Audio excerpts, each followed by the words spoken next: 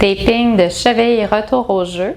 On s'en sert pour apporter un support modéré au niveau de notre articulation de cheville dans les cas d'entorse, inversion ou éversion. Donc, dépendamment du mouvement qui est douloureux, on va ajuster nos bandes en conséquence.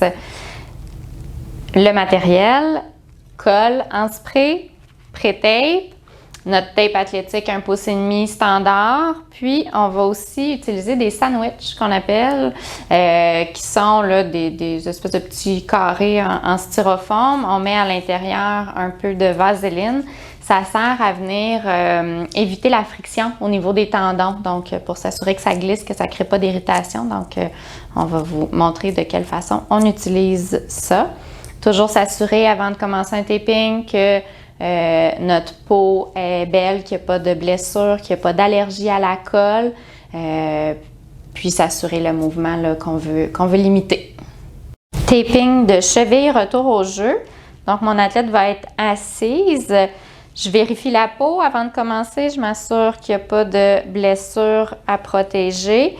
Je vais venir regarder mon retour capillaire. Je vais m'assurer au niveau du mouvement que je veux limiter. Donc, dans son cas, c'était une entorse de cheville en inversion. Donc, ce qu'on veut éviter, c'est que le pied est dans cette direction-là.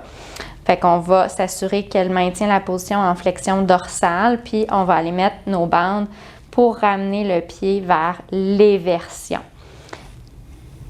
Pas d'allergie à la colle, ma peau est belle, retour capillaire. Quand il y a du vernis à ongles, on le voit moins, mais on peut le faire tout de même sur la peau, là, juste en haut de l'ongle.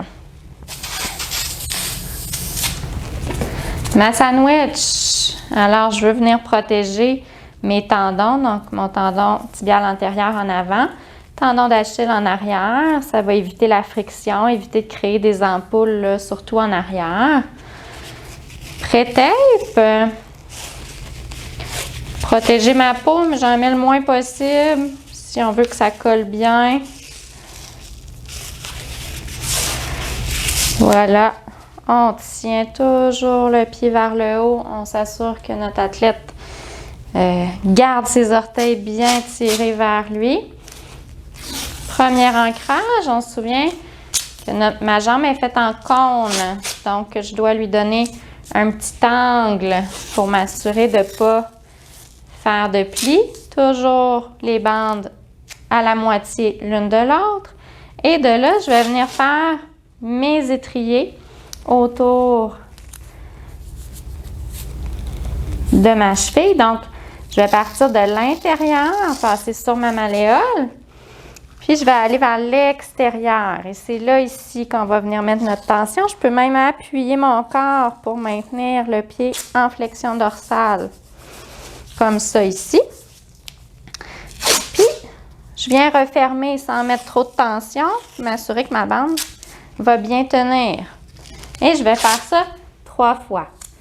Je vais les faire un petit peu décalés. Ça peut être soit décalé d'un demi-pouce, ou encore un peu comme en éventail.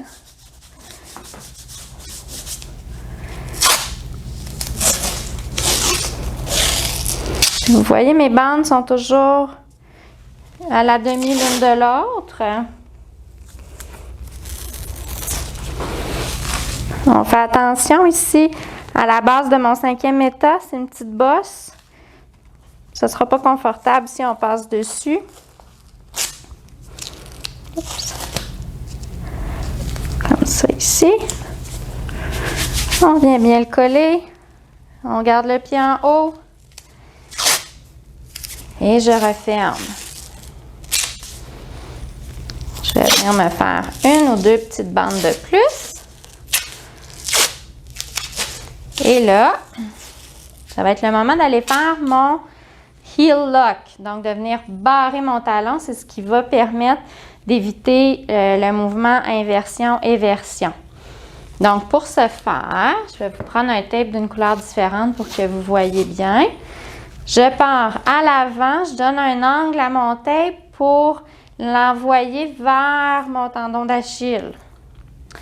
Comme ça ici. Je tourne autour de mon talon.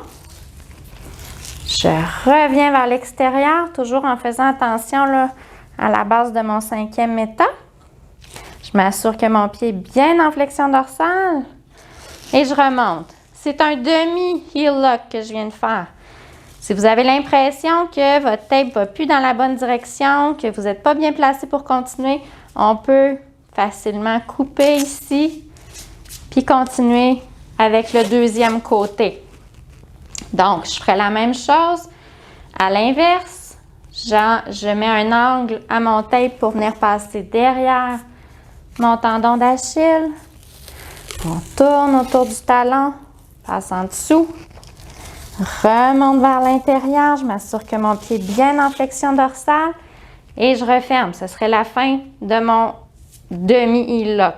Je vais le continuer pour vous montrer un complet. Tourne autour. Puis je repars. Fait qu'ici, je suis dans la même position de départ que mon premier lock que j'ai fait. On tourne autour du talon. Remonte vers l'extérieur.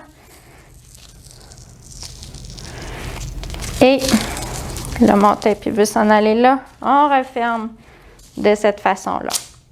On essaie de faire au moins 2 heel locks complets ou encore 2 demi de chaque côté. Une fois que j'ai terminé mes heel locks, je m'assure simplement que mon tape est bien fermé, qu'il n'y a pas d'ouverture.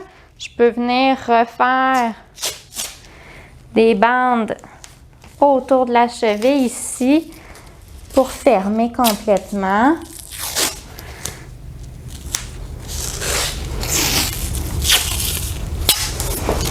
Puis en mettre une, quand mon petit spray tape là, il a roulé, là, je peux simplement arracher les petits bouts.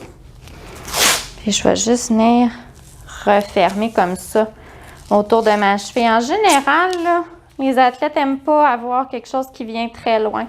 Sauf des fois nos joueurs de ligne au football, les gens qui ont des plus grosses chevilles. Mais sinon, là, dans nos joueurs qui ont besoin de rapidité, d'athlétisme, là, on veut, souvent, c'est pas confortable d'aller trop loin. Donc, juste comme ça ici, c'est parfait. Je revérifie mon retour capillaire, m'assurer que c'est pas trop serré. Puis, je ramène mon pied vers l'inversion, voir est-ce que ça limite assez mon mouvement. Est-ce que l'athlète est confortable? Est-ce qu'il est capable de bien bouger, courir, faire son geste sportif?